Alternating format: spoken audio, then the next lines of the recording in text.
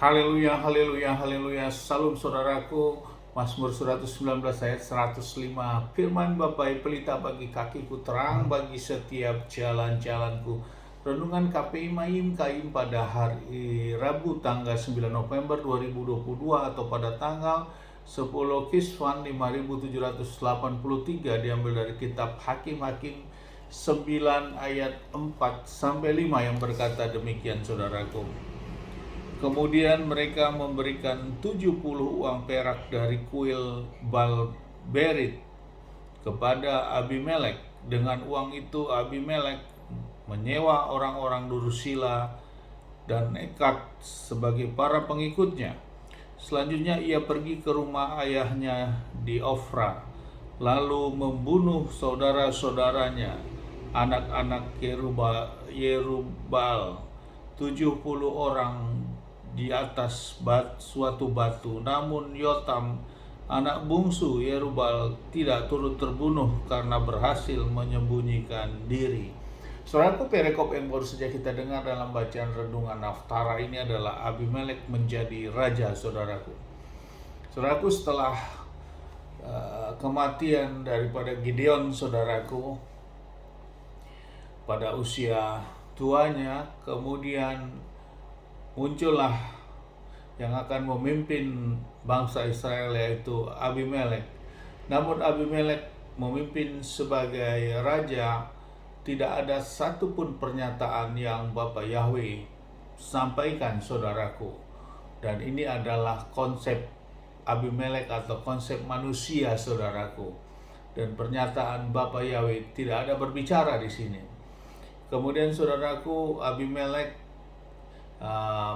menghadap para tua-tua. Oleh karena mereka semuanya sudah melakukan penyembahan kepada Baal, saudaraku, di Baal Brit, saudaraku, maka cara berpikir mereka juga adalah cara berpikir seperti halnya penyembahan Baal tersebut, sehingga mereka memberikan uang kepada Abimelek karena melihat bahwa Abimeleklah sosok yang cocok, saudaraku, untuk memimpin bangsa Israel. Dan kemudian Abimelek dengan uang tersebut menyewa para Dursila dan para yang seperti orang-orang yang dapat dibayar untuk melakukan pembunuhan, demikian saudaraku, sehingga membunuh seluruh saudara-saudaranya, saudaraku, yang berjumlah 70.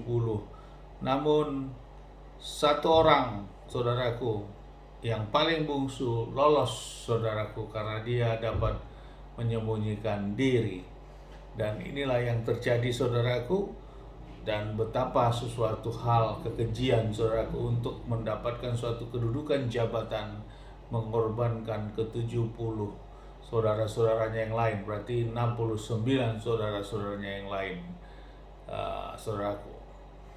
Dan inilah yang terjadi dengan caranya Abimelek, yaitu merupakan anak dari Gideon ini, saudaraku, dari anak dari istri dan gundik-gundiknya, saudaraku, salah satu yang bernama Abimelek ini, saudaraku. Saudaraku, lewat renungan firman pada pagi hari ini, saudara, kita renungkan mengapa hal ini terjadi, saudaraku. Tentu kita lihat di awal Gideon, saudaraku. Ternyata Gideon di ujung akhir hidupnya dia melakukan kekejian di mata Bapa Yahweh. Dia mendirikan patung, yaitu patung efod, saudaraku, patung efod, dan membuat patung efod di tengah kota, dan seluruh bangsa Israel datang menyembah patung efod ini. Dan dikatakan di ayat Hakim-Hakim 8 ayat 27, inilah yang menjadi jerat bagi Gideon dan keluarganya. Ada kata keluarganya, saudaraku, oleh karena dia melakukan hal yang tidak sesuai yang Bapa Yahweh firmankan.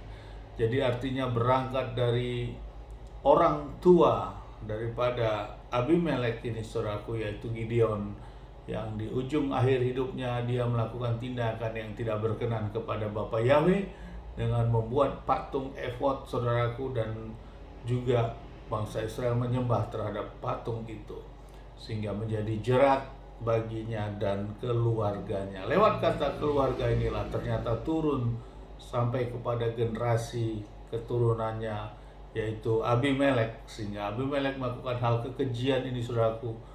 Dia rela, dia tega membunuh saudara-saudaranya untuk kepentingan jabatan yang dia akan emban, saudaraku, untuk menjadi raja Israel pada waktu itu. Saudaraku, inilah firman yang menjadi renungan kita pada pagi hari ini, bahwa sesungguhnya ada pengaruh, saudaraku, dari generasi ke generasi sampai kepada kita saat ini, saudaraku. Karena kita saat ini adalah produk daripada generasi di atas kita dalam konteks produk rohaninya. Selama kita belum mengerti kebenaran, maka ikatan tersebut masih terus mengikat produk tersebut, saudaraku, spirit roh tersebut. Namun bila kita sudah dibukakan oleh karena kasih karunia, maka hal itu sudah dapat diputuskan, saudaraku. Suatu ikatan kutuk leluhur ini, saudaraku, yang terjadi dari generasi di atas kita saat ini, tentunya diputus karena kita sudah mengerti kebenaran siapa Tuhan yang kita sembah, dan kita sudah memutuskan semua kuasa ikatan tersebut, saudaraku. Ikatan-ikatan roh yang mengikat dari leluhur kita di atas kita sampai kepada kita, semuanya sudah diputuskan, semuanya sudah tidak berlaku lagi bagi hidup kita, karena kita sudah melakukan kebenaran yang apa yang tertulis di dalam kitab suci kita, dan kita sudah menyembah kepada sesembahan yang disembah Abraham, Ishak, dan Yakub, saudaraku. Kita tidak masuk kepada penyembahan ilah-ilah bangsa-bangsa, saudaraku. Dan inilah kekuatan besar bagi kita, sehingga garis kutuk keturunan itu sudah tidak berlaku lagi bagi kita. Setiap orang yang melakukan penyembahan kepada Bapa Yahweh di dalam Adonai Yeshua HaMashiach, dan juga sudah mengambil bagian dalam pembaptisan kudus, saudaraku. Inilah merupakan sesuatu bentuk untuk memutuskan semua kutuk-kutuk dari generasi di atas kita, saudaraku, sehingga kita menjadi generasi yang baru, generasi yang meneruskan hal yang baru kepada anak-anak dan generasi di bawah kita. Jadi artinya kitalah pelaku-pelaku sejarah di dalam generasi-generasi keturunan kita dalam konteks alam roh, saudaraku, yang tidak terikat lagi dari garis keturunan leluhur di atas kita untuk anak-anak kita dan seterusnya ke bawah. Inilah satu berkat kasih karunia di tengah keluarga kita, di tengah garis keturunan kita. Sama seperti Gideon. Gideon melakukan hal yang tidak baik. Dia melakukan membangun patung efod, dan penduduk bangsa Israel menyembah. Firman inilah yang mengikat. Dikatakan tadi, inilah yang menjadi jerat bagi Gideon dan keluarganya, dan sampai kepada keturunannya, yaitu Abimelek, melakukan kekejian di mata Bapa Yahweh, melakukan pembunuhan terhadap saudara-saudaranya.